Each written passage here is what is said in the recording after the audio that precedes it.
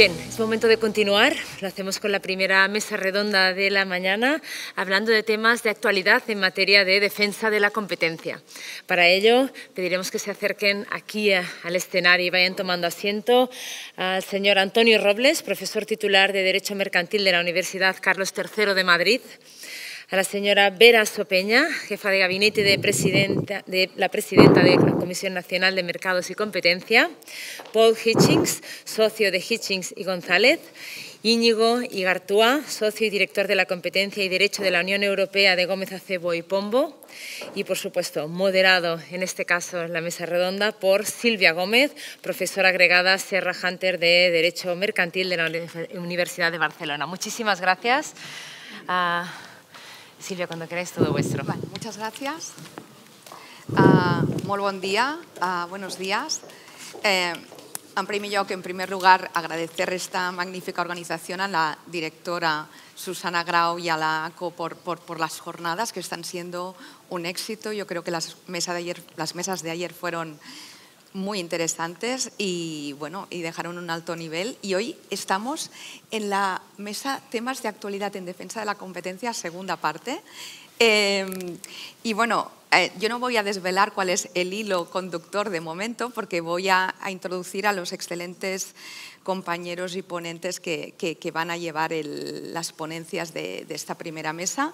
En primer lugar, tenemos a un representante de la doctrina mercantilista, excelente, que es Antonio Robles Martín Laborda, que fue presidente de la Red Académica de Derecho de Defensa de la Competencia, con quien compartí consejo en aquel momento. Ha escrito numerosos artículos y monografías en materia de Derecho de Defensa de la Competencia, también en otros temas de Derecho Mercantil. Es árbitro, es profesor de la Universidad Complutense Carlos III, de Madrid, y es miembro de diferentes asociaciones nacionales e internacionales. Luego también nos acompañan dos abogados de reconocidísimo prestigio y larga trayectoria, que son Íñigo Igartua, socio director del área de competencia de Gómez Acebo y Pombo, es profesor de Derecho de la Competencia en diversos másteres y en distintas instituciones y universidades. Es o ha sido presidente del Antitrust Section de la International Bar Association y ha tenido otros cargos de responsabilidad en otras instituciones de derecho de la competencia. A su lado, Paul Hitchings, es socio fundador de Hitchings y González, boutique especializada en derecho de la competencia, sobre todo en litigios y en acciones colectivas. Es abogado con más de 20 años de experiencia, dirige el Madrid Competition Litigation Seminar con mucho éxito desde hace unos cuantos años. Por otra parte, ha sido autor de La influencia del derecho europeo en los procesos de daños por infracción del derecho de la competencia, y es doctor en Derecho también. Y luego acabamos con la autoridad que está aquí representada por Vera Sopeña, que es jefa del gabinete de la presidenta de la CNMC desde el año 2020. Previamente fue técnica jurídica de la Dirección de Competencia, de la Asesoría Jurídica de la CNMC y también de la CNC. Tiene un LLM por la Universidad de Chicago, ha sido admitida en el Colegio de Abogados de Nueva York, del Colegio de Abogados de Madrid. También es profesora del ELO School. No puedo decir más de los ponentes que me acompañan hoy. Y entonces, dicho lo cual, no voy a dejar en vilo a los asistentes, porque nuestro hilo conductor va a ser la efectividad de las normas de competencia. Y entonces, para ello, lo vamos a abordar desde dos perspectivas. Una, vamos a ver cómo se pueden solucionar los conflictos a través del arbitraje, por ejemplo, si el arbitraje puede ser un medio útil como para hacer más efectivas las normas de competencia. Y luego, por otra parte, también entraremos por los conflictos entre partes con la directiva de daños y a ver si ya hemos cerrado todo lo que sería posible con la directiva o no a los efectos de hacer más efectivas las normas de competencia. Si este es uno de los ejes, el siguiente eje ya nos va un poco por la vía sancionadora. La vía sancionadora con las prohibiciones a contratar con las administraciones públicas, a ver cuáles son las aristas que encontramos estas prohibiciones y sobre todo acabaremos con los programas de compliance, que ahora están redefiniéndose y vamos a ver este contexto pues cómo lo está planteando la CNMC. Entonces, sin más, yo ya empiezo con Antonio y el arbitraje y el derecho de la competencia. A ver qué novedades tenemos. Buenos días. Buenos días a todos. Muchas gracias a la CNMC y a la ACO por su amable invitación para participar en estas nuevas jornadas nacionales de competencia y especialmente a Susana Grau. También a la moderadora Silvia por su cariñosa presentación. Mi tema es un tema marginal. En principio es un tema marginal para los estudiosos del derecho de la competencia y especialmente para los que formáis parte de las autoridades de competencia y os dedicáis sobre todo a la aplicación pública. Pero yo creo que es un tema que presenta cada vez mayor interés y mayor relevancia, como es el de la efectividad de las normas sobre competencia, al menos de las normas sobre competencia de la Unión Europea en el arbitraje comercial. Y creo que tiene cada vez más importancia porque, según las estadísticas, al menos cada vez son más los asuntos que son resueltos mediante arbitraje. Cada vez son más los contratos que incluyen un convenio arbitral, mediante el cual las partes sustraen el conocimiento de las futuras controversias que puedan surgir entre ellas, el conocimiento del juez competente, que estaría obligado a aplicar las normas de la competencia, y lo someten a arbitraje. Y por lo tanto, pues es legítimo preguntarse hasta qué punto los jueces están aplicando de manera correcta las normas de defensa de la competencia, incluso si están aplicando las normas de defensa de la competencia o, por el contrario, existen restricciones de la competencia incluidas en los contratos sometidos a su consideración que están todavía surtiendo efectos. Porque lo primero que hay que decir es que los árbitros no están obligados a aplicar las normas de competencia de la Unión, al menos directamente, ¿no? Cuando se somete a un juez, a un órgano jurisdiccional de la Unión, una controversia relacionada con el derecho de la competencia, sobre este recaen determinadas obligaciones impuestas por los principios de cooperación leal, el principio de efectividad. Algunas de estas obligaciones han sido incorporadas después al derecho derivado, al Reglamento 1, a la Directiva de Daños, a la Directiva de CEN, incluso al Reglamento de Bruselas 1 bis.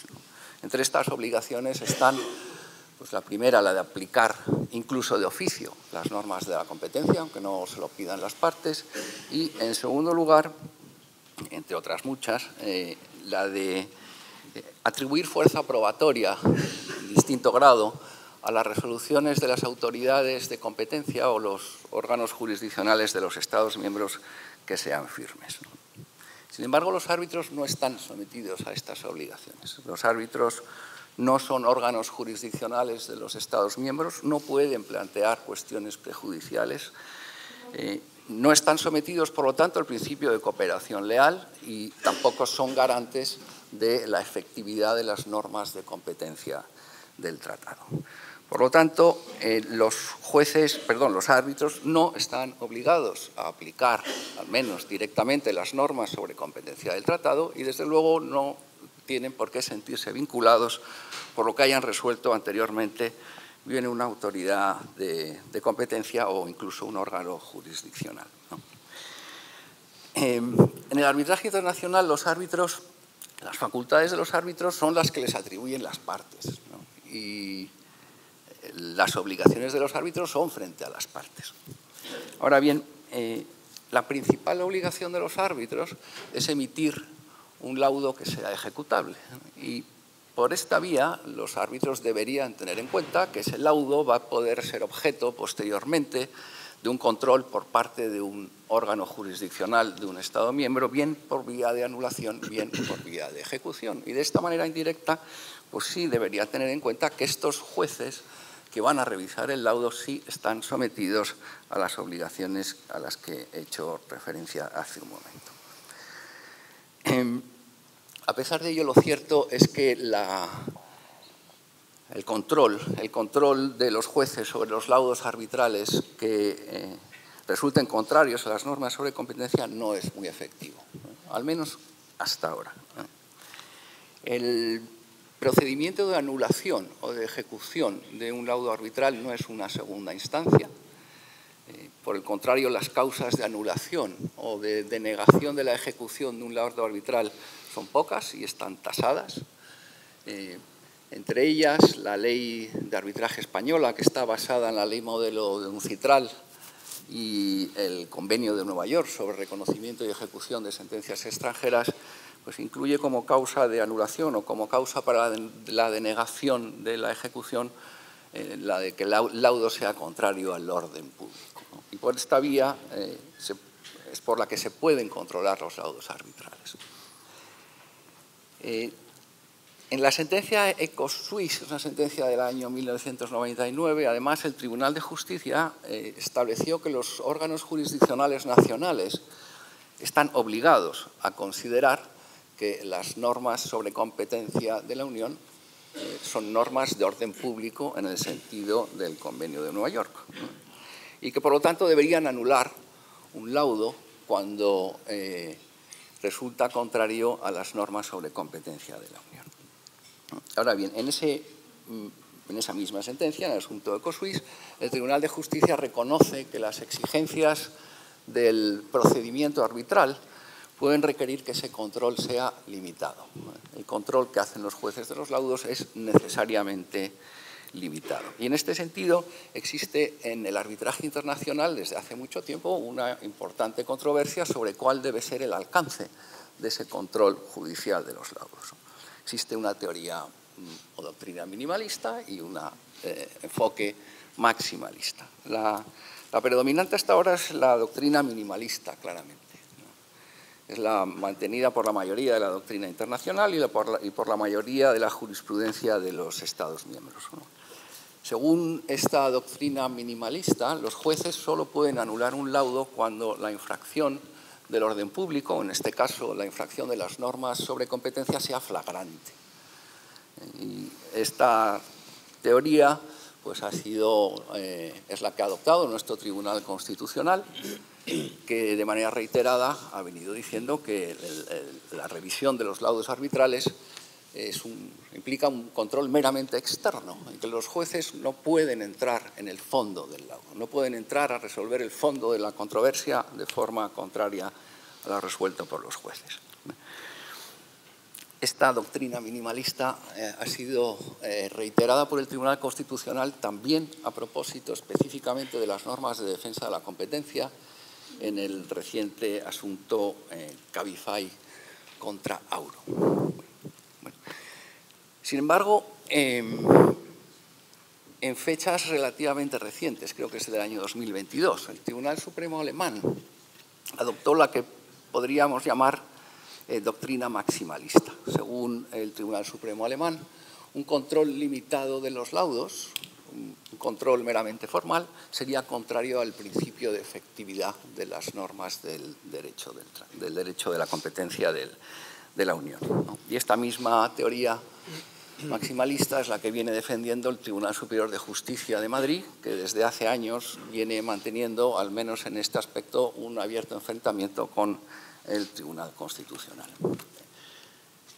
Esta postura maximalista fue defendida ya también por el abogado general en el asunto Genentech del año 2016, me parece que es, ¿no? Según el abogado general, si el control de los jueces se limita a las infracciones flagrantes, pues solamente podrían controlar los casos de cárteles, los de fijación de precios o reparto de mercados. Pero por definición, todas las restricciones por efecto pues quedarían fuera del control judicial, porque en estos casos es necesario un control, un examen mucho más profundo de los hechos y en cualquier caso un control del fondo del asunto.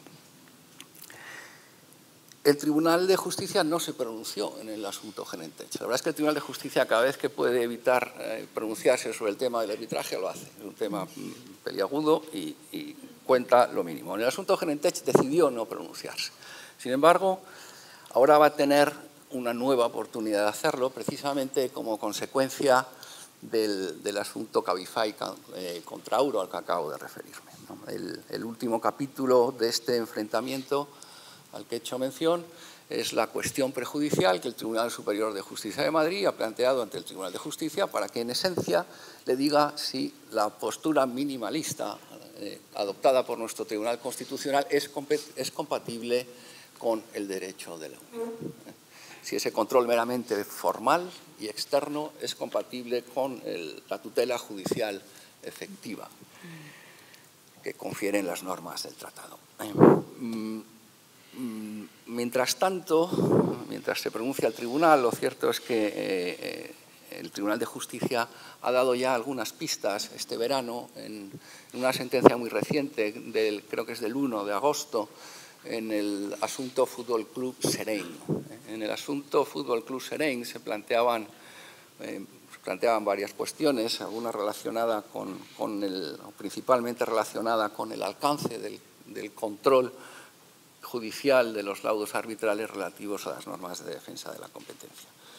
Y a lo mejor podemos discutir luego con más detalle qué es lo que dijo el Tribunal de Justicia, pero aparentemente el Tribunal exige un control judicial de los laudos mucho más allá de un control meramente formal o externo. El Tribunal de Justicia parece que exige que los jueces de los Estados miembros revisen el fondo del asunto, al menos cómo los árbitros han interpretado las normas de defensa de la competencia, cómo han calificado, de acuerdo con esa interpretación, las conductas sometidas a su consideración y cuáles son las consecuencias jurídicas de esa calificación. Si eso es así, si esto se confirma, pues el arbitraje seguirá siendo probablemente el eslabón más débil de la efectividad de las normas de competencia del tratado, pero al menos será un poquito más débil. En este caso, pues cabría defender que los jueces nacionales estarían vinculados por las resoluciones de las autoridades de competencia de los Estados miembros, que sean firmes. Tendría sentido defender que las autoridades nacionales puedan intervenir en los procesos judiciales en los que se decida sobre la anulación o sobre la ejecución de un laudo arbitral que afecte a las normas de competencia del tratado y, en cualquier caso, los jueces deberían estudiar mucho más derecho de la competencia. Bueno, a lo mejor luego da tiempo luego para discutir sobre alguno de estos aspectos, pero por mi parte esto es todo. Muchas gracias. Muchas gracias.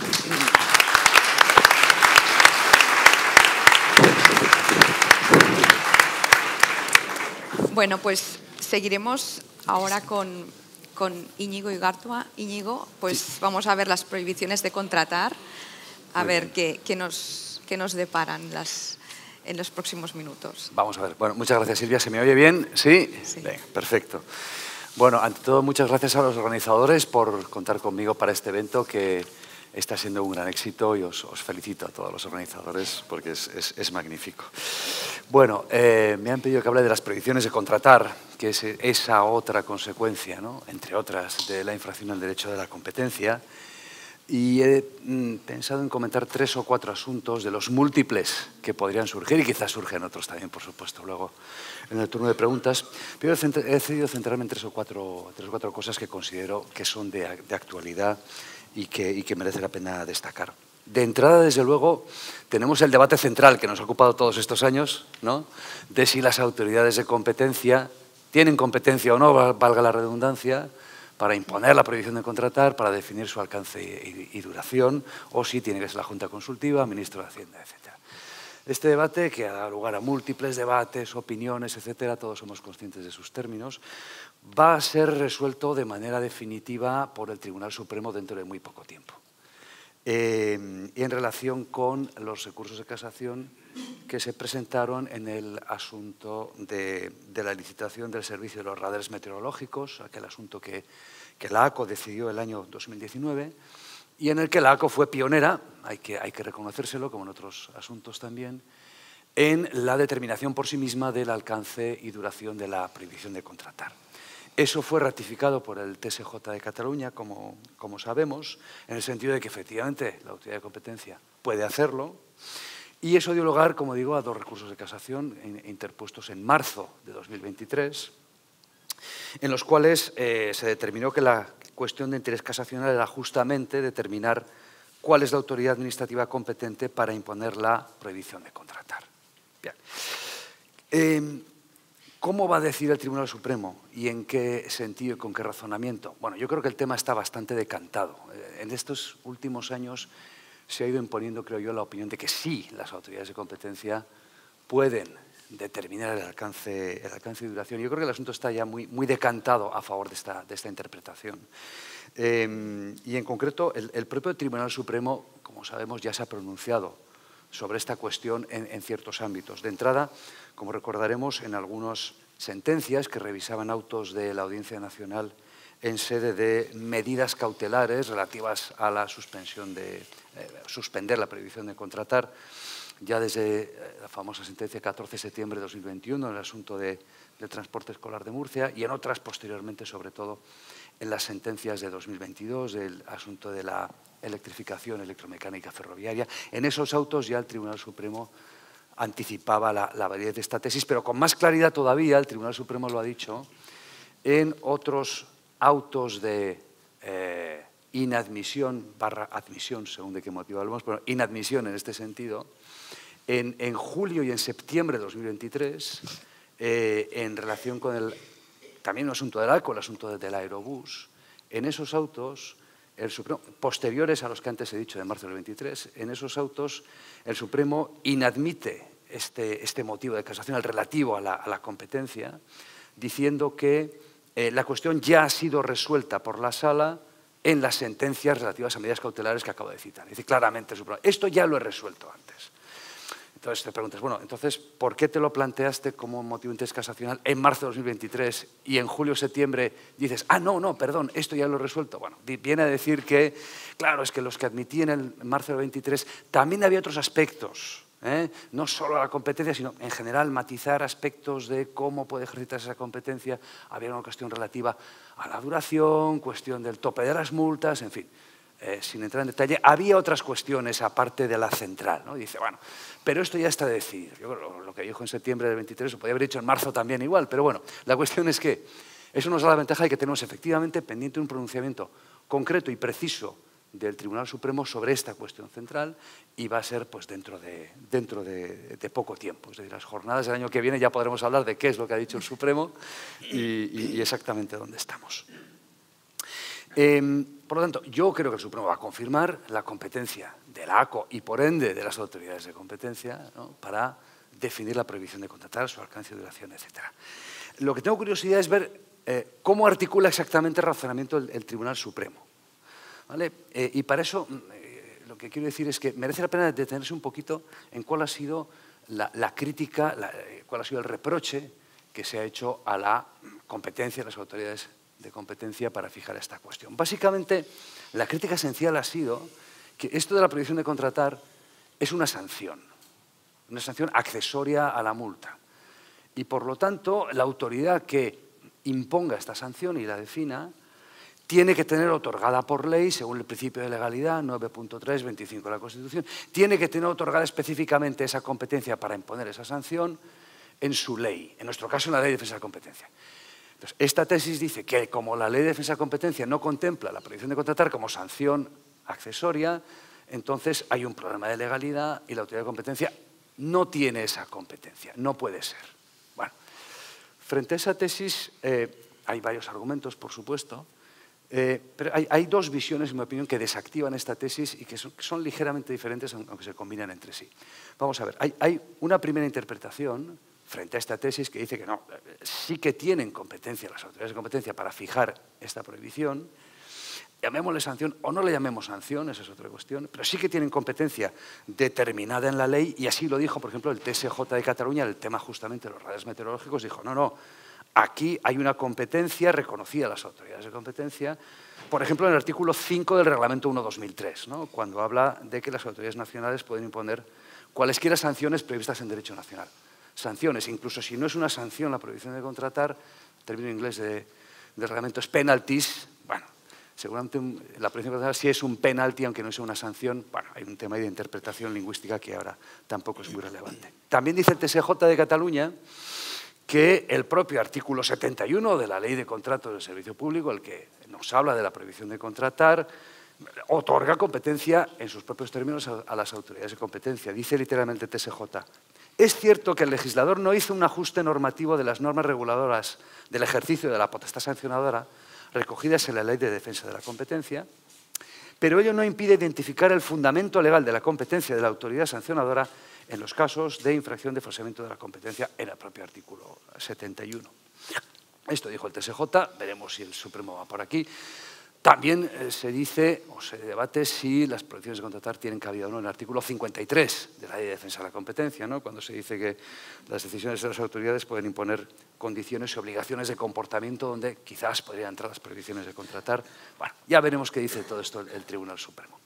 La otra manera de enfocarlo es un poco más agresiva y supone una lectura un tanto más purista de la ley. El otro enfoque sería el de subrayar que la prohibición de contratar no es una sanción, es otra cosa. Es una consecuencia de infringir el derecho de la competencia, pero no es una sanción en sí. No es una sanción, sino la consecuencia de una sanción. Es una consecuencia que se produce ope legis automáticamente por efecto de la ley. La ley dice, si usted infringe competencia, tiene usted prohibición de contratar. Pero en ese sentido, a la pregunta de quién es competente para imponer esa prohibición, la respuesta es nadie es competente. Nadie sería competente. Nadie necesita ser competente porque nadie necesita imponer esa sanción. Es una sanción automática por efecto de la ley. Evidentemente es una sanción que no es efectiva si alguien no define el alcance y la duración. Por eso, alguien tiene que definirlo. La autoridad de competencia, el Ministerio de Hacienda, etc. Pero la prohibición en sí es una consecuencia automática de la ley y eso nos evita el debate de quién es competente. Nadie necesita ser competente para imponer la prohibición de contratar. Alguien habrá de serlo para concretar la duración y alcance. Bueno, es una tesis un tanto distinta, pero realmente en los textos de referencia se juega un poco, a mi modo de ver, con los dos enfoques, ¿no? Es decir, por ejemplo, la CNMC, en la comunicación de referencia 2003, dice es una consecuencia jurídica que deriva directamente de la ley, la prohibición de contratar. Pero luego la propia CNMC, en el reciente asunto de Eólica del Alfoz, dice impongo la prohibición. O sea, no cojo una prohibición que está en la ley, la impongo yo. Entonces, bueno, uno es más bien lenguaje de automatismo, otro lenguaje de no automatismo. El propio Tribunal Supremo ha dicho en los autos, en las sentencias de medidas cautelares, es una limitación anudada a la imposición de una sanción firme.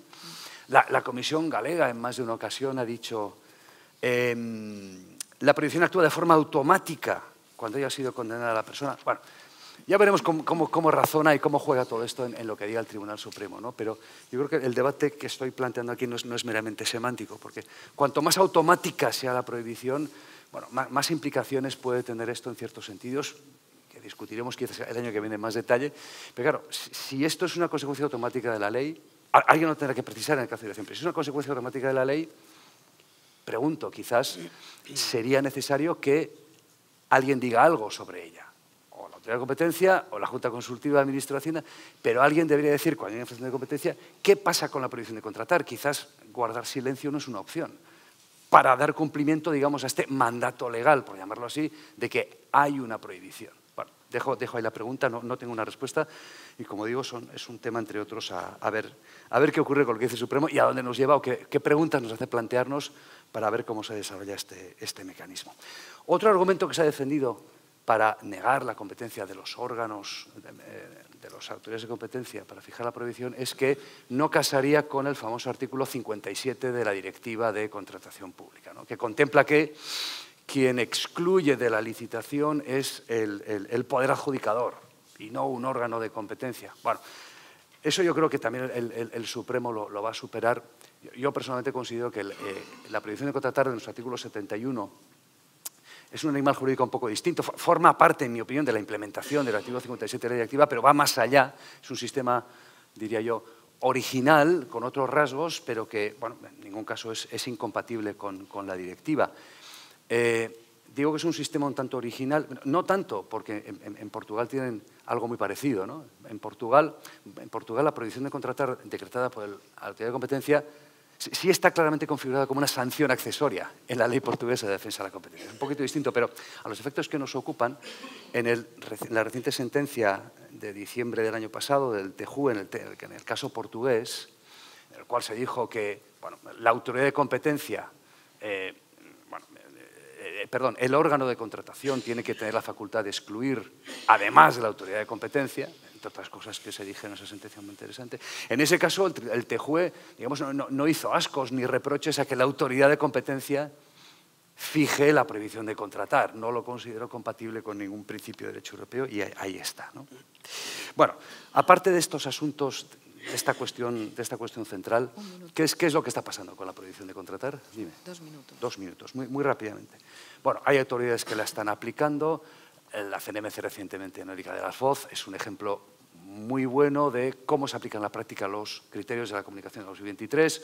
No vamos a entrar al detalle, pero realmente ya nos empieza a dar, además de la CNMC también, pues jurisprudencia, digamos, de cómo son los criterios, cómo deben interpretarse, cómo deben entenderse. Otra cuestión que está pendiente, también ante el Tribunal Supremo, también en asuntos de la ACO, en el caso del aerobús, es los criterios de proporcionalidad. Cómo debe calcularse, computarse la proporcionalidad a la prohibición de contratar. ¿Deben aplicarse los criterios de graduación del artículo 64 de la Ley para las Sanciones o no? Bueno, yo creo que ya veremos qué dice el Supremo, hay un mix, ¿no? En la propia comunicación de la CNMC se alude a criterios parecidos a los del artículo 64, como la gravedad de la conducta, la duración, etcétera, pero también se alude a otros que creo que es lo importante y lo relevante, que es, bueno, hay que ver cuál es el impacto que causa la prohibición en el mercado que va a recibir esa prohibición, y eso creo que bueno, hay que tenerlo en cuenta y, por lo tanto, eso no es exactamente el artículo 64, ya veremos qué dice el Tribunal Supremo. Otra cuestión, muy rápidamente, el tema del self-cleaning, sobre todo el levantamiento de la prohibición una vez impuesta. Ahí vemos que la ACO y el TSJ de Cataluña están aplicando un criterio bastante riguroso, por ejemplo, exigiendo que las empresas en su compliance vayan a denunciar a competencia, a comunicar a competencia cualquier infracción que descubran, incluso aquellas que no pueden ser objeto de clemencia. Bueno, la autoridad andaluza ha levantado un par de veces la prohibición y, bueno, en las resoluciones tampoco queda muy detallado cuáles son los criterios. Ahí interesaría ver qué criterios se están aplicando. Y luego, el último punto que quería comentar, hay muchos aspectos, pero por centrarnos en lo más relevante, el último punto es, no olvidemos una cuestión importante. La prohibición de contratar como consecuencia de infracción de competencia, aparte de nuestro artículo 71, el debate que tiene, es un instrumento que nuestras empresas, nuestros clientes deben saber está disponible y es aplicable en muchos ámbitos que van más allá de España. Recordemos, a nivel de Unión Europea, el reglamento financiero prevé que cuando has sido objeto cuando has cometido una infracción de competencia en tu país, ello te puede excluir de los procedimientos de contratación pública y de subvenciones con cargo al presupuesto de la Unión Europea. Y quiero recordar la sentencia de 2 de octubre del 2024 del TJUE sobre este tema, en un asunto que llevamos nosotros para la Agencia de Seguridad y Salud en el Trabajo, donde se dijo que esta exclusión de contratación europea puede ocurrir por parte de los órganos de decisión europeos, incluso si la decisión nacional de infracción de competencia no ha impuesto una prohibición de contratar, incluso si la ha impuesto y la ha suspendido el Tribunal Nacional. Y recordemos, es una prohibición de contratar, una exclusión para todos los procedimientos europeos. Ahí no se puede acotar. Aquí lo dejo, Silvia. Y hay muchas más cosas, pero si surge después, encantado de comentarlas.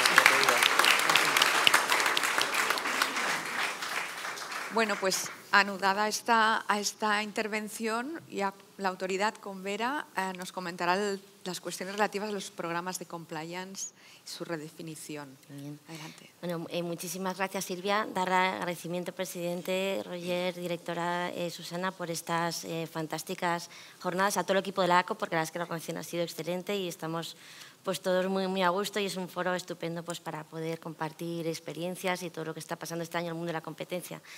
Y también, Silvia, darte las gracias porque el hilo conductor, me encanta que se haya ubicado los programas de cumplimiento con el hilo conductor de la efectividad del derecho a la competencia, porque así es como nos gusta ver el compliance, ¿no? El compliance es...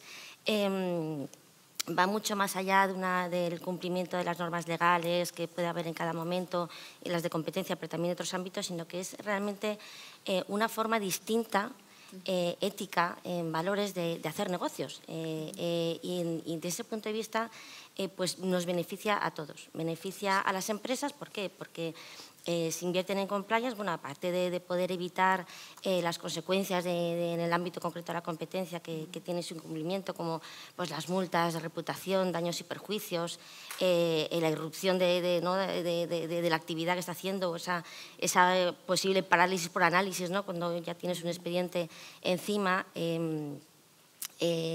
También esa nueva forma ética de hacer los negocios atrae otro tipo de gente, un talento, ¿no? Y ya los jóvenes valoran otra forma también de trabajar. Entonces, eso redunda en el beneficio de lo que es la organización empresarial. Pero también para la autoridad de competencia, porque al final es una suerte, los programas de cumplimiento son una suerte de externalización del enforcement en la medida en la que es la propia empresa la que está haciendo ese ejercicio de formación de las normas de competencia y llega donde una autoridad de competencia, con los recursos limitados que tiene, pues no puede llegar. Y también en ese entorno de control que es una empresa, es más fácil poder acotar los riesgos, poder detectar las prácticas y sobre todo, pues, según cómo esté confeccionado el programa de cumplimiento, que realmente la empresa internamente tenga medidas disuasorias para que no se materialicen esos riesgos. Y eso siempre en un entorno empresarial, la misma empresa va a ser mucho más eficaz de lo que puede ser pues, una autoridad en Barcelona o en Madrid o donde sea. España es muy amplia, es un país de pymes. Sí. Las grandes empresas obviamente tienen sus asesores legales y sus equipos a lo mejor de compliance, pero las pequeñas no, tampoco se exige que lo tengan, ¿no? O sea, es porque tienen otra forma pues tienen otro tamaño y tienen que ajustar pues esa política de cumplimiento a la forma lo que actúan. Entonces, esto es lo que pretendía la guía de compliance de la CNMC en 2020. Simplemente, pues en ese ejercicio necesario que está incluido en nuestro plan estratégico de concienciar, aumentar la cultura de competencia en España, proporcionar los incentivos a las empresas para que invirtieran en ello. Y hay dos tipos de incentivos que se ven en la guía, más está claramente diferenciada. Uno es el posible modulación de la sanción por colaboración activa, que se basa en el atenuante del artículo 64 y que es un incentivo, ¿no? para poder adoptar esas medidas reactivas en el marco de la colaboración activa, pero también, obviamente, la prohibición de contratar, porque así lo prevé la ley. Entonces, en la medida en que claro, en el momento que se adoptó la guía, todo ha evolucionado de tal manera, bueno, pues que eso es lo que aconseja ahora, como de un poco a continuación, es a lo mejor una actualización, ¿no? Pero bueno, no quiero dejar de destacar que la guía, en principio, en esos objetivos que tenía de incentivar que las empresas invirtiesen en compliance, parece que se ha cumplido, es lo que nos trasladan las asociaciones que se dedican a esto, los abogados, que sí, que se ha invertido más en compliance, que las empresas están invirtiendo más en compliance seriamente, además con voluntad de cumplimiento. Les das un incentivo al asesor interno para ir a su consejo de administración y decir, oye, que también en competencia, porque no incluimos las normas de competencia en nuestro programa de compliance que ya tenemos, porque fíjate, pues hay esta serie de incentivos. Y luego también en proporcionar unos criterios, ¿no? Unos criterios para hacer ese ejercicio, tanto a las empresas al momento de diseñar sus programas de cumplimiento, como también, bueno, pues para poder evaluarlos. Y eso parece que también se ha cumplido. Nos trasladan, bueno, pues que son criterios prácticos, útiles, manejables, bueno, y hemos visto que ha habido mucha actividad en ese sentido en la CNMC con bueno, pues hay expedientes en los que se ha valorado esa colaboración activa, los distintos elementos de los programas de cumplimiento o de las políticas de empresa que se han expuesto a la autoridad. En uno de los casos que conoce todo el mundo, el de consultoras, bueno, conoce porque fue el primero, ¿no? Y fue el del primero que se reconoció tanto a efectos de la modulación de la sanción como el levantamiento de la prohibición de contratar o la propuesta de no proponer la prohibición de contratar. Y luego también, por supuesto, con los ACO, la Autoridad Andalucía, CREA, la Autoridad Galega, pues todos, pues bueno, pues con los elementos que le plantea la guía y obviamente como han sido pioneros a la hora de establecer la prohibición de contratar, pues se han encontrado inmediatamente con los programas de cumplimiento y ese ejercicio pues se ha tenido que acometer. Es verdad que el estándar necesariamente tiene que ser estricto, ¿no? Porque esa forma ética de tomar decisiones y de hacer negocios pues implica un verdadero voluntad de cumplimiento de las normas. En ese sentido, pues claro, un programa que sea cosmético, que se haga ad hoc para un momento y que no entre realmente en lo que es la forma en la que funciona el negocio, es importantísimo en el ámbito de compliance que se conozca el negocio.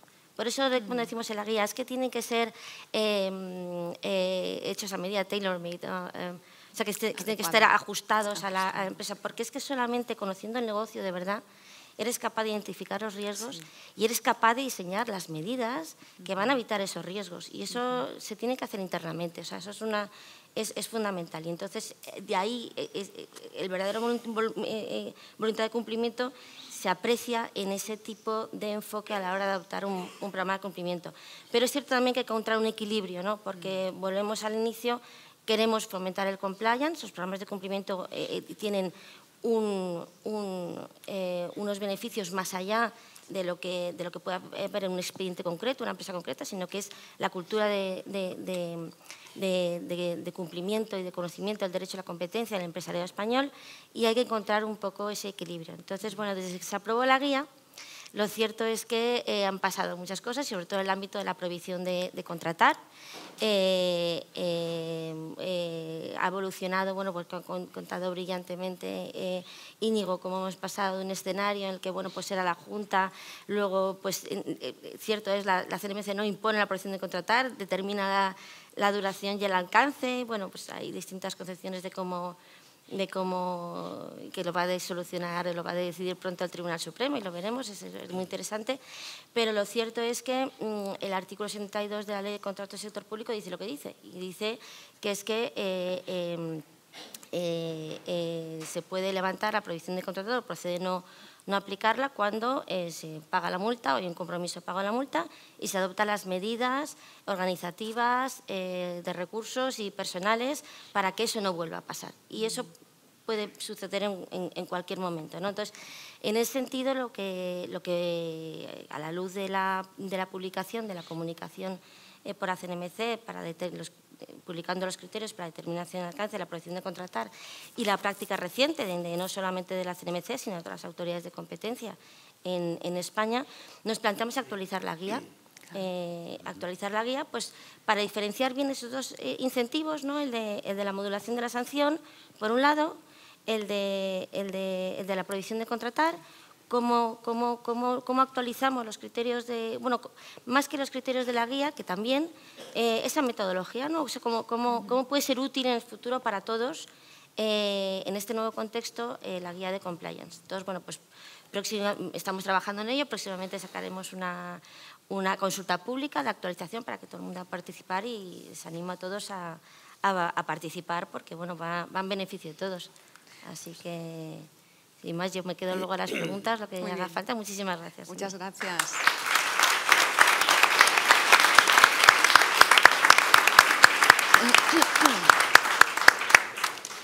Muchas gracias, Vera. Pues ahora es el turno de Paul con la efectividad de las normas de competencia y la directiva de daños. y vamos a ver si ya hemos puesto una verja a todo el campo que se ha abierto con la directiva o quedan espacios para la efectividad. Muchísimas gracias, Silvia. Buenos días a todos. Gracias a la OCU y a la CNMC por la invitación.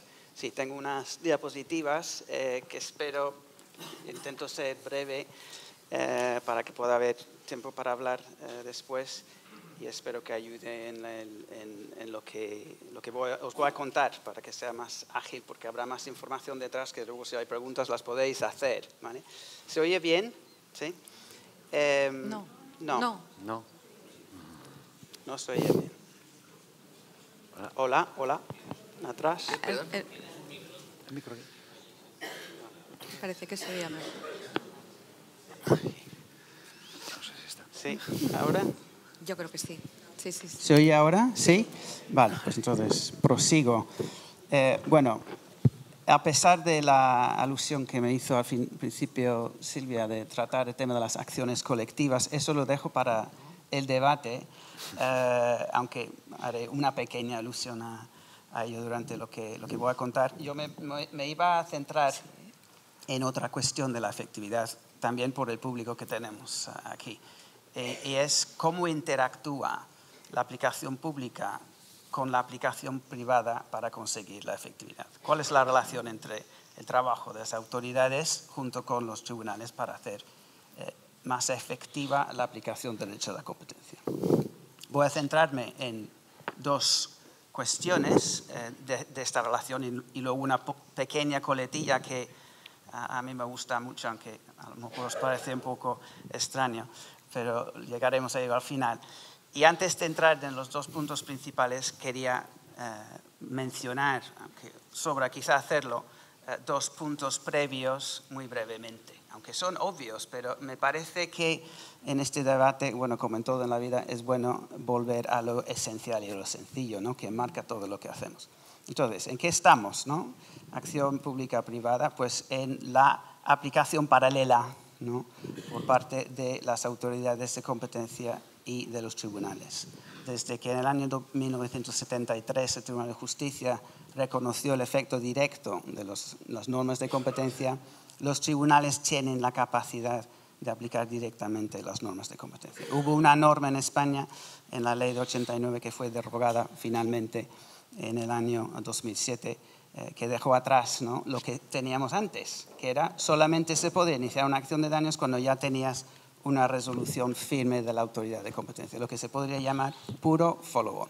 Y no es así, y lo aclara el Reglamento 1/2003, por supuesto, estos papeles complementarios.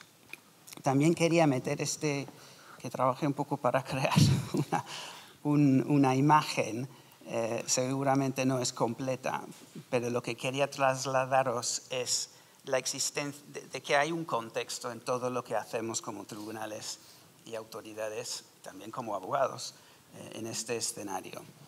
Las normas de competencia, su aplicación en vía privada, como la Unión Europea no tiene sus propios tribunales civiles, pues depende de los sistemas nacionales civiles y de sus sistemas procesales, que es competencia soberana de los Estados miembros. Es algo que reconoce el propio tratado, ¿no?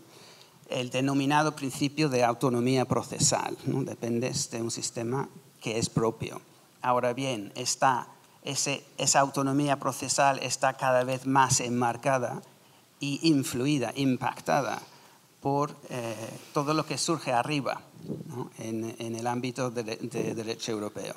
Desde los propios elementos constitutivos de lo que dimana de los artículos 101 y 102, que es una infracción, que es una empresa, el derecho de daños en qué consiste, cuáles son los elementos constitutivos, incluyendo legitimación activa, legitimación pasiva, nexo causal, etc. Es decir, hay elementos fundamentales determinados directamente por el TJUE al amparo de los artículos del tratado. Luego hay principios muy conocidos para todos, como la efectividad, que influye en la forma en la que los tribunales y las autoridades de competencia tienen que aplicar las normas. Y quisiera destacar dos, que luego retomaremos, que es aplicación uniforme y la seguridad jurídica en la aplicación de los artículos 101 y 102. Nos acordamos, ¿no?, acordaos de esto porque luego lo retomaremos. Por supuesto, derecho derivado en la Directiva de Daños, el Reglamento 1/2003, pero también otros dos preceptos que han salido ya y que son cada vez, bueno, el deber de cooperación leal siempre ha sido un punto fundamental de todo el sistema de derecho europeo, ¿no? La obligación de los Estados miembros, incluyendo autoridades y tribunales, de interpretar y aplicar el derecho nacional con el fin de cumplir la finalidad del derecho europeo, siempre cuando se puede interpretar de una manera conforme. Y eso ha tenido muchos efectos a lo largo de los años. Y para añadir el último, que es el artículo 47, el principio de tutela judicial efectiva, que está teniendo un impacto cada vez mayor en nuestro derecho de todos los Estados miembros y que tiene efecto directo y que exige que los mecanismos procesales funcionen para dar tutela judicial efectiva a los derechos europeos. Y esto sería la pequeña alusión a acciones colectivas. Y os sonará seguramente la sentencia ASG a principios de este año, que es sobre el modelo de cesión de acciones para poder una plataforma actuar en nombre de un grupo, y que el Tribunal de Justicia, es un caso alemán, ha dicho que ese tipo de mecanismo tiene que estar disponible porque si no, no será efectivo las otras formas de accionar de forma individual. Dicho esto, quería centrarme en dos cosas rápidamente sobre la relación pública-privada. La primera es el hecho de que existe, como es completamente lógico, salió ayer también, una cierta deferencia desde los tribunales civiles hacia las autoridades de competencia. ¿Por qué? Y esto viene en reiteradas sentencias del Tribunal de Justicia, he citado Volvo II, por dos motivos principales. Uno, por la necesidad de realizar un análisis fáctico económico complejo. El derecho a la competencia es complejo. La autoridad de competencia está mejor preparada para hacerlo porque está especializada. Y dos, el acceso a la información, asimetría de información. Muchas veces la información está en los infractores o potenciales infractores, y la posibilidad que ha mencionado Susana esta mañana de inspeccionar es importantísimo para tener acceso a la prueba. Entonces, esta diferencia es importante, es decir, para que sea más efectiva la vía privada es necesaria reconocer esa diferencia y que hay mecanismos que facilitan. He puesto algunas en la diapositiva, como son el acceso al expediente. Mencionar de paso, por cierto, en el acceso a fuentes de prueba, sabéis que el acceso al expediente se pide normalmente a la otra parte y si no la tiene, pues por defecto se va a la CNMC. Y hay una provisión al final del artículo, que es el I, 283 bis I, que prevé la formulación de observaciones por parte de la CNMC en el procedimiento, en la pieza de acceso a fuentes de prueba. Lo digo porque no ha pasado casi nunca. Y parte del problema es que la CNMC no sabe qué está pasando. Yo, de hecho, en algún caso les he escrito para ponerles sobre aviso que hay una petición de acceso al expediente de un caso de la CNMC y que si se quiere presentar, pues por lo menos que sepa cuándo va a ser la vista. Amicus curiae, las guías y, por último, el efecto que se otorga a las decisiones, con la diferencia que todos sabemos entre las decisiones europeas y nacionales. Todo esto es un reflejo de la necesaria diferencia, la necesidad, digamos, dicho de otra forma, de que la vía pública ayude a los tribunales y a las partes en el procedimiento civil a llegar a buen puerto. Y lo subrayo porque creo que hay más cosas que se puede hacer. Y el segundo punto es retomar estos principios que os subrayé antes. Principios de seguridad jurídica y aplicación uniforme de las normas de competencia. Como resalta el Reglamento 1, es el considerando 22 del reglamento, en un sistema de competencias paralelas, tribunales y autoridades, deben evitarse las decisiones contradictorias, justamente por estos principios, que por cierto están retomados en la sentencia de Gasorba que está citado ahí. Y eso significa, por supuesto, que las decisiones tienen que tener sus efectos. Hemos visto la diferencia entre decisiones de la Comisión Europea, artículo 16 del reglamento, y las decisiones de las autoridades nacionales, artículo 9, que depende de la firmeza. Pero esa dicotomía me parece una simplificación de la realidad, en el sentido de que toda la labor previa de las autoridades de competencia es una ayuda necesaria para las acciones de daños. Una resolución de la CNMC no firme tiene que tener un peso probatorio. Otra cosa es que luego se aporte prueba contraria, pero tiene que tener un peso. Y hay ya una serie de casos, tanto a nivel nacional como europeo, que indagan en esto, ¿no? No es que una cosa es vinculación, pero no es vinculación o nada. Vinculación y la prueba propia de una resolución que deriva de una investigación por una autoridad independiente especializada, ¿no? Y el segundo elemento de cómo evitar decisiones contradictorias, una cosa es tomar en cuenta lo que ha hecho la autoridad, es la suspensión. Y este tema sí que es algo poco, creo, trabajado todavía en este país, ¿vale?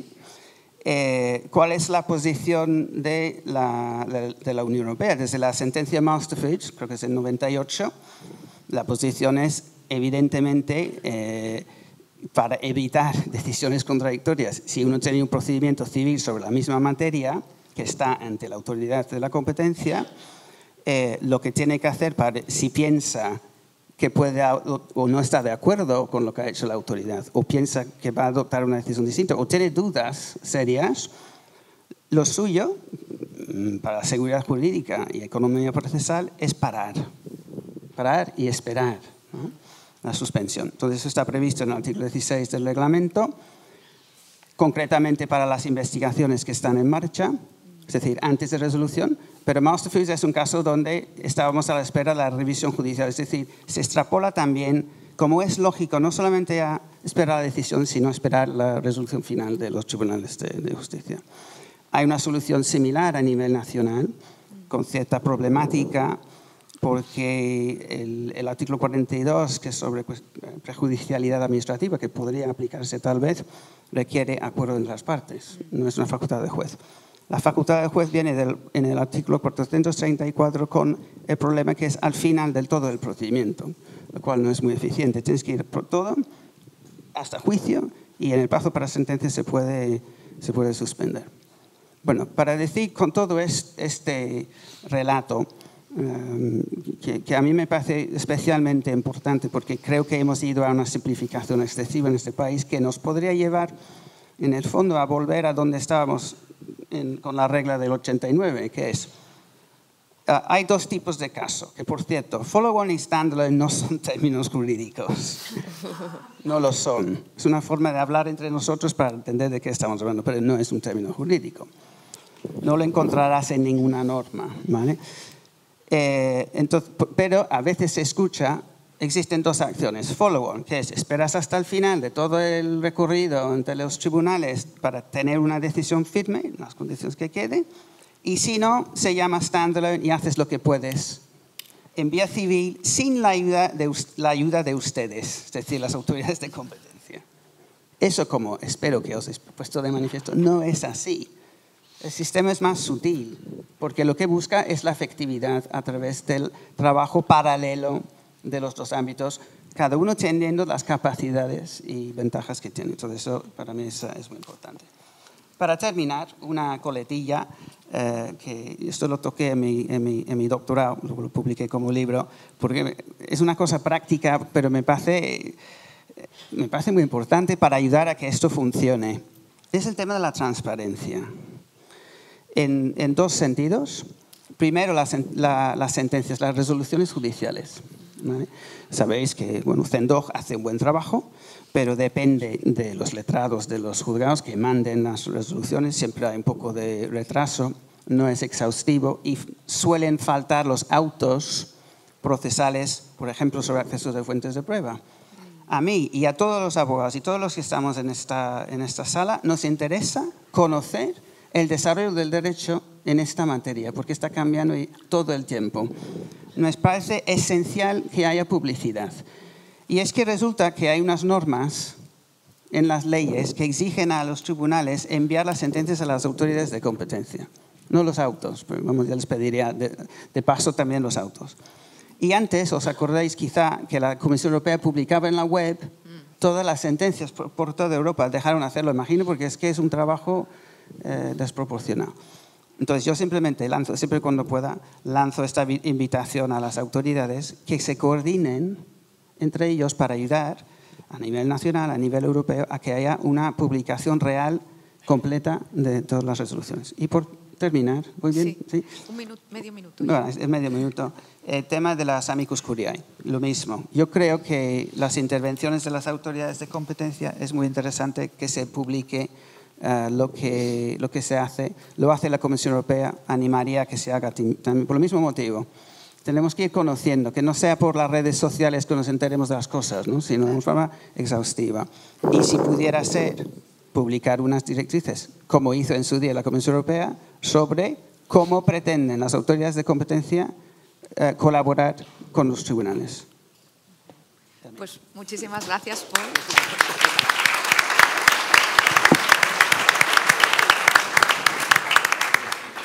Bueno, pues ahora ya tenemos 5 minutos, creo, más o menos, para poder iniciar las preguntas, que ya veo que hay bastantes. Empezamos por aquí delante y luego seguimos por detrás. ¿Por aquí primero o por en medio? Bueno, pues en medio y después... Venga. Hola, no sé si se me oye. Sí. Bueno, muchos nos conocemos, pero soy Gerard Pérez de Roca Junyent. Enhorabuena a la ACO y a la CNMC por la organización de la jornada. Está siendo muy interesante todo. Quería comentar un tema que has comentado tú, Íñigo, pero que quizá por falta de tiempo, porque lo has mencionado un poco al final, creo que merece la pena reflexionar un poco más al respecto. Es esta sentencia del TG, del Tribunal General, de 2 de octubre del 24, que desde mi punto de vista genera importantes dudas desde la perspectiva de la seguridad jurídica, porque bueno, y está pendiente de que el Tribunal de Justicia ratifique o no esta sentencia. Pero si yo no la interpreto mal, esta sentencia lo que confirma es que las autoridades europeas en materia de contratación, o sea, un órgano licitante, cuando hablamos de licitaciones en las que se manejan fondos europeos y aplica el Reglamento Financiero Europeo, puede excluir, permite que se excluya de la licitación a cualquier entidad que haya sido sancionada por una autoridad nacional de competencia, aunque esa sanción no sea firme e incluso haya sido suspendida cautelarmente por un juez.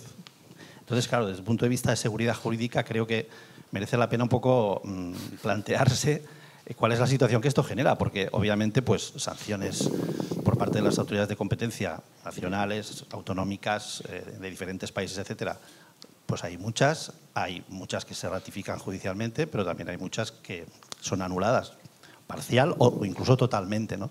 Entonces, ¿qué pasa con estas situaciones donde te han excluido? Que a mí me sorprende un poco el razonamiento, porque se excluye no solo de la licitación en concreto, se permite que se excluya a la empresa de cualquier licitación a nivel europeo, siempre y cuando haya fondos europeos. Y hoy en día, evidentemente, esto es una situación no poco frecuente, ¿no? Entonces, bueno, incluso esta sentencia creo que aborda la cuestión de las medidas de self-clearing, también aborda los requisitos de los sistemas de clemencia de las empresas y de una manera que también establece un estándar de exigencia de esos requisitos de programas de compliance bastante alto. Quería preguntarte, bueno, a cualquiera de la mesa, su opinión sobre esta sentencia y esta situación, estas implicaciones. Gracias. Sí, muchas gracias, Gerard, por el comentario. Sí, todo lo que dices es correcto. Coincido 100% con tu análisis y con tus comentarios. Por eso quería traer a colación este sistema y esta sentencia, porque muchas veces nos centramos tanto en nuestro artículo 71 que nos olvidamos de todo el eco o reflejo que una infracción de competencia puede tener en la prohibición de contratar. Y en este caso, como bien dices, habría mucho que comentar de esta sentencia. Pero efectivamente, ahí lo que nos dice es, bueno, si hay una resolución firme nacional, esta se excluyó. Pero si no es firme, está recurrida o incluso puede estar suspendida la prohibición de contratar que eventualmente pueden haber puesto a nivel nacional. Bueno, es igual, el órgano contratante con un panel independiente, etcétera, puede decidir que tu fiabilidad, tu honorabilidad no está demostrada. Incluso, bueno, es que claro, si te han condenado a prohibición de contratar, pero se ha suspendido, hombre, como ocurría en el caso, el caso de las consultoras, el expediente de 2018, dice, no, claro, se ha suspendido pues, por un tema, digamos, pues, económico, no por un tema de fumus boni iuris, ¿no? Por lo tanto, tampoco importa que esté suspendida la resolución, etcétera. El propio panel, el propio órgano contratante, hace su evaluación de honorabilidad de la empresa, aunque la resolución nacional no sea firme. Efectivamente, luego hay toda una serie de consideraciones de self-cleaning que son muy importantes y hay que unirlas a todo el catálogo de criterios de self-cleaning que tenemos, yo creo, pocos, y ahí tenemos una serie de datos bastante útiles de cómo enfocar el self-cleaning.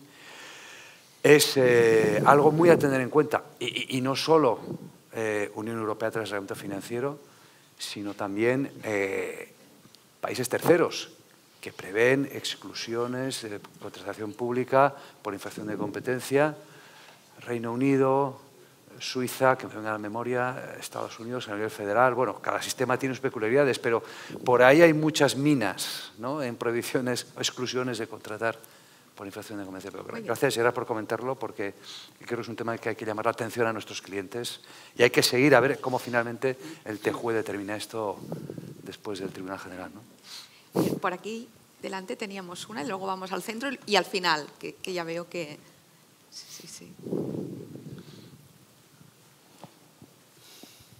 Gracias. Buenos días. Soy presidente de la Comisión Gallega de la Competencia y quería hacer varias cuestiones. La primera, Antonio. Si ahora las autoridades de competencia, aparte del privilegio del grupo, también tenemos que aplicar el privilegio del laudo. En segundo lugar, el tema de la aplicación ope legis de las prohibiciones de contratar. Un auto del Tribunal Superior de Justicia de Galicia en un asunto que era pues, cierta antigüedad, nos habían puesto prohibición de contratar por la Comisión Gallega. Se había recurrido al Tribunal Superior de Justicia, habían llegado al Supremo, dictado sentencia al Supremo. El propio Tribunal Superior de Justicia de Galicia, por un auto, en base al artículo 72.3, remitió a la Junta Consultiva de Contratación testimonio a la sentencia para que fijase la prohibición de contratar. Es decir, entendía que era tan ope legis que una vez que la sentencia era firme, aunque la resolución de la autoridad de competencia no hablaba de prohibición de contratar, lo remitió. Que hizo la Junta Consultiva en un expediente de hacía 5 o 6 años, pues pidió informe a la Comisión Gallega para que poder elaborar pues, el expediente y fijar la prohibición de contratar.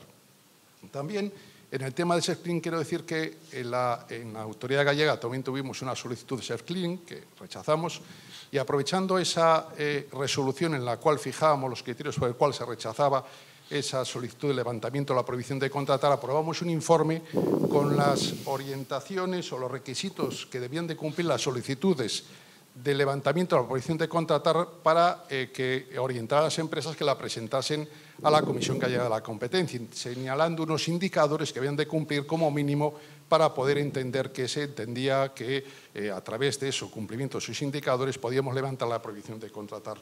Otro problema de la prohibición de contratar, que es la compatibilidad entre el recurso contencioso y la solicitud del levantamiento de la prohibición de contratar. Claro, el recurso contencioso es negar que has cometido la infracción y al mismo tiempo estás pidiendo que levantes la prohibición de contratar porque reconoces la culpa y vas a tener el propósito de la enmienda. Compatibilidad entre los dos, yo no sé, hay que estudiarlo, pero es ciertamente contradictorio hacer las dos cosas a la vez. Y por último, una cuestión que se me plantea, la prohibición de contratar, dice la ley de contratos, dice que se puede levantar en cualquier momento.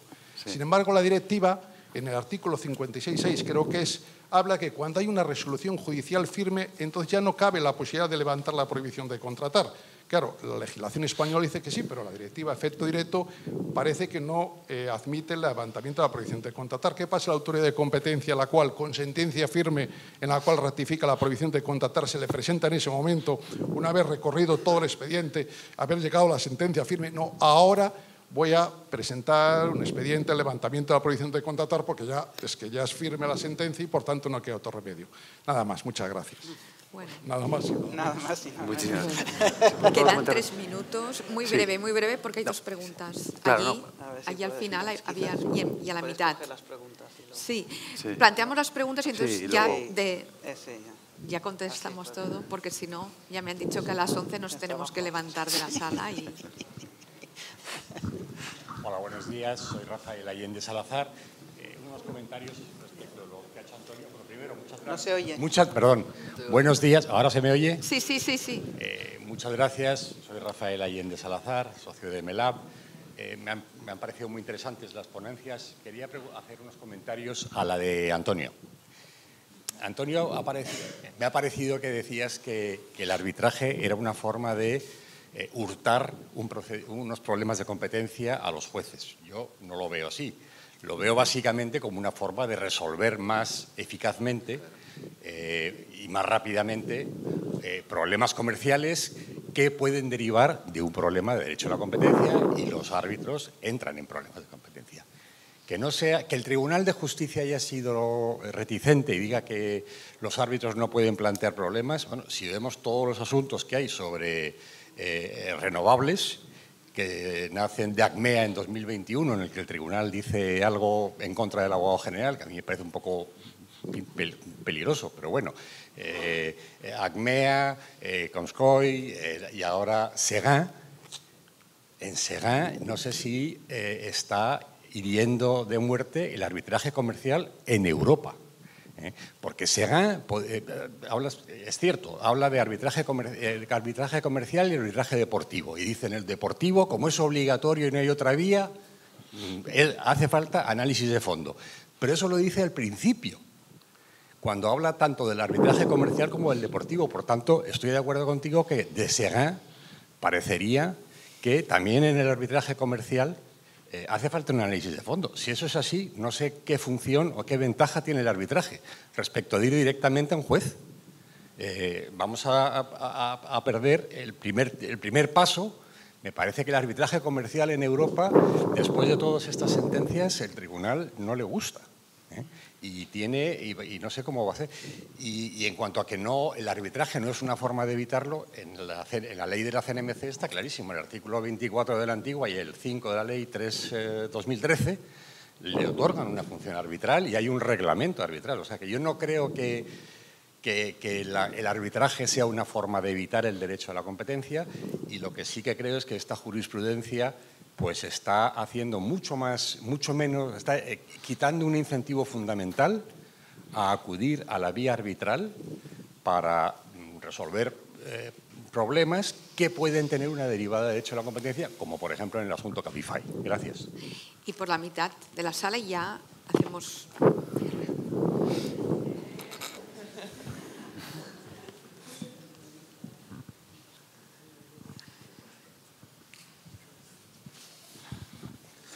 Soy Uriol Armengol de Garrigues. Tengo una pregunta para Íñigo sobre la prohibición de contratar. Me ha parecido muy interesante la disección que has hecho sobre los distintos enfoques, las distintas tesis respecto a la naturaleza jurídica de la prohibición de contratar, y en particular me interesa mucho esa que dice que es una consecuencia automática de la aplicación de la ley. Mi pregunta es muy sencilla. Si eso es así, ¿le veis algún impedimento a que le aplique un juez civil en aplicación? Si veis que hay algún impedimento para que le aplique un juez civil en el marco de la aplicación privada. Vale, aquí vienen las respuestas. Sí, bueno, muy rápidamente, muchas gracias por las preguntas. La Comisión Gallega de la Competencia, como antes he indicado, han avanzado mucho en hablar del automatismo de la consecuencia, y agradezco la intervención porque complementa desde luego muchos puntos y nos da muchos detalles interesantes que de otra manera no habríamos tenido tiempo. O sea, muchísimas gracias por las puntualizaciones. En cuanto a la imposibilidad del self-cleaning, el artículo 57 con sentencia firme, yo creo que la interacción entre nuestra ley de contrato del sector público, el artículo 57, el artículo 71 de la ley y el artículo 57 de la directiva, hay una interacción un poco complicada en ese punto y en otros que yo creo que no tenemos tiempo de hablar. Yo tengo mi opinión sobre eso, que tiene que ver con la concepción de si la prohibición de contratar es una sanción o no es una sanción. Para mí no es lo mismo el 262 del Código Penal, su prohibición de contratar, que ser la consecuencia no sancionatoria de una sanción. En fin, quizás es para otro debate, pero sin duda muy interesante cómo congeniamos el 57 de la directiva con lo que tenemos, no es del todo fácil. En cuanto a lo que comentas, Uriol, bueno, si partimos de esta base que es una consecuencia automática, etcétera, etcétera, la cuestión es, la consecuencia automática es una prohibición en abstracto, ¿no? Tiene prohibición de contratar. Claro, esa prohibición es totalmente ineficaz. Si no se concreta duración y alcance, es inoperativa.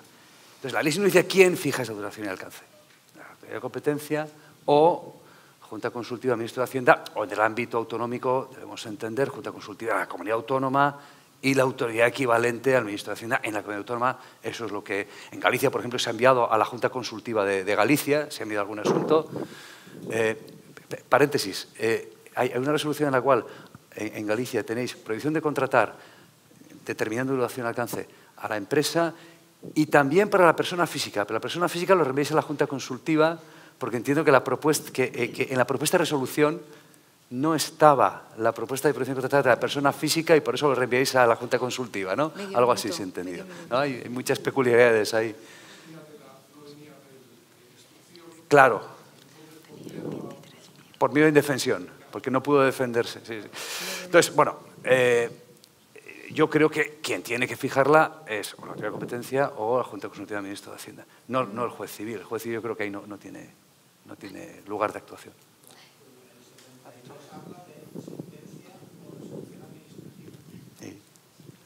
Sí, sí. Sí, bueno. Antonio, ¿quieres decir alguna cosa? Sí, Rafael, yo no sé si me he explicado muy mal. Yo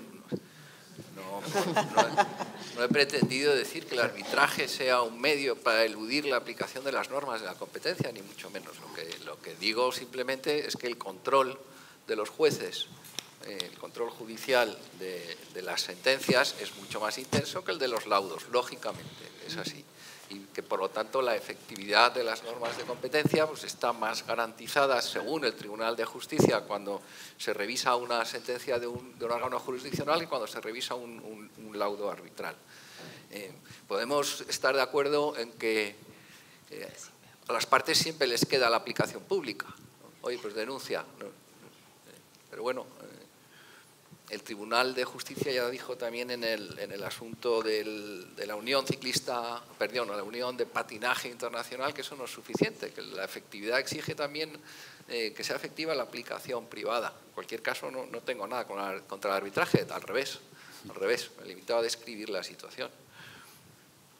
Muy bien, pues creo que ya podemos dar por finalizada la mesa, pues muchísimas gracias. Gracias.